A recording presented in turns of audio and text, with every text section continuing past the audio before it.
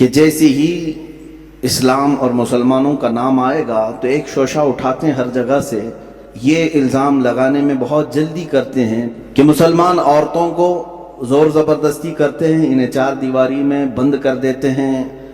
انہیں پڑھائی سے محروم رکھتے ہیں، انہیں تعلیم سے دور رکھتے ہیں،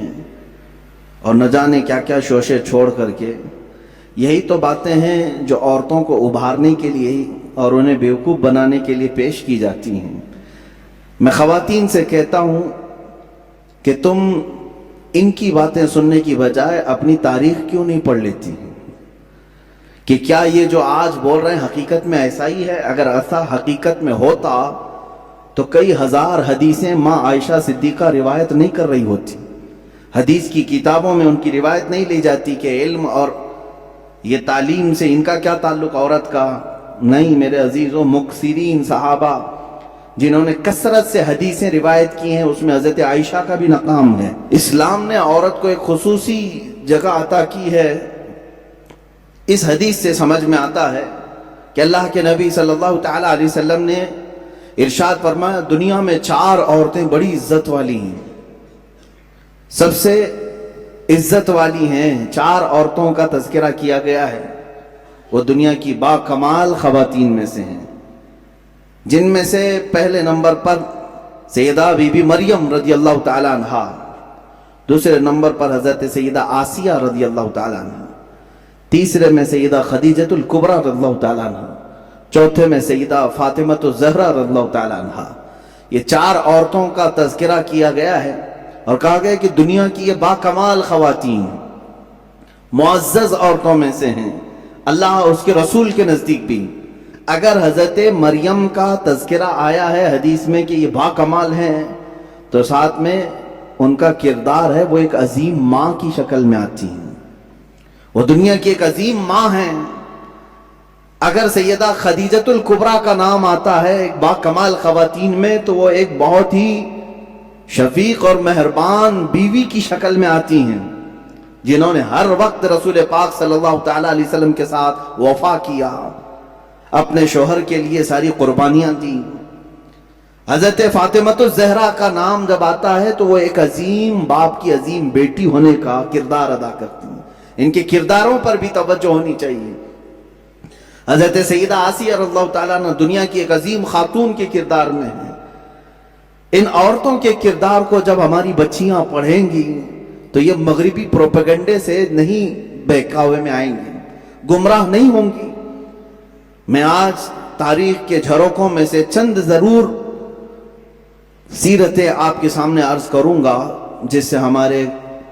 آنے والی نسلوں کو اور خصوصیت کے ساتھ ہمارے گھر کی بچیوں کو ایک حوصلہ پیدا ہو کہ ہماری تاریخ روشن ہے خواتین اسلام سے بھی۔ جہاں ہم مردوں کے بڑے بڑے کارنامے ذکر کرتے ہیں، الحمدللہ اسلام میں خواتین کے بھی بڑے کارنامے ہیں، جنہوں نے اسلام میں بہت بڑا حصہ لیا ہے۔ اسی لیے قرآن عظیم میں ایک آیت ایسی آئی ہے جس میں دونوں کا تذکرہ آیا ہے، مرد کا عورت کا، مرد کا عورت کا، ساتھ ساتھ میں اللہ فرماتا ہے بے شک مسلمان مرد اور مسلمان عورتیں ہیں، بے شک ایمان والے مرد، اسلام اور ایمان کو الگ بیان کیا گیا ہے، مومن مرد اور مومنہ عورتیں ہیں، بے شک عبادت کرنے والا مرد، عبادت کرنے والی عورت، بے شک سچ بولنے والا مرد، سچ بولنے والی عورت، بے شک اللہ سے خوف کرنے والا مرد، اللہ سے خوف رکھنے والی عورت۔ اور اللہ تعالیٰ نے فرمایا اور جو تصدیق کرنے والا مرد اور تصدیق کرنے والی عورت، روزہ رکھنے والا مرد، روزہ رکھنے والی عورت، اپنی شرمگاہ کی حفاظت کرنے والا مرد، اپنے شرمگاہ کی حفاظت کرنے والی عورت،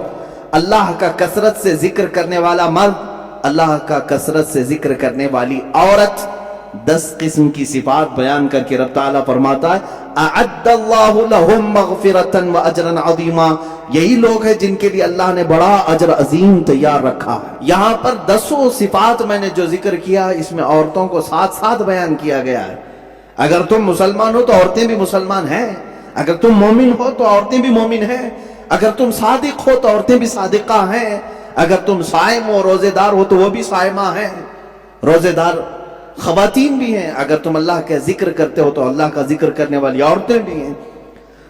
میرے عزیزو، اسلام کو عظیم نونہال جو ملے ہیں، یقیناً کسی نہ کسی عورت کے گود میں پلے تو ضرور ہوں گے، ان کی ماؤں کا کردار ان کی تربیت میں ضرور ہے۔ ہم نے تاریخ کے بڑے بڑے بطل جلیل اور اولیاء کاملین مجاہدین کی زندگیوں کو دیکھا ہے، جنہوں نے اپنے بچوں کی پرورش کیسے کی ہے۔ سیدنا غوث اعظم عبد القادر جیلانی رضی اللہ تعالیٰ عنہ، ماں کی تربیت ہمیں صاف نظر آتی ہے۔ سیدنا غریب نواز خواجہ معین الدین حسن چشتی رضی اللہ تعالیٰ عنہ، ماں کی تربیت وہاں پہ بھی نظر آتی ہے۔ بایزید بستامی، ان کے بھی ماں کی تربیت نظر آتی ہے۔ امام شافعی رحمۃ اللہ تعالیٰ علیہ، ماں کی تربیت وہاں بھی نظر آتی ہے۔ عزیزان گرامی، ان نونہالوں کو جو اسلام کے لیے عظیم تحفے کی شکل میں دیا، لاکھوں سلام ان ماؤں کی گودوں پر جنہوں نے ایسے سنہرے ہیرے ہمیں عطا کیے۔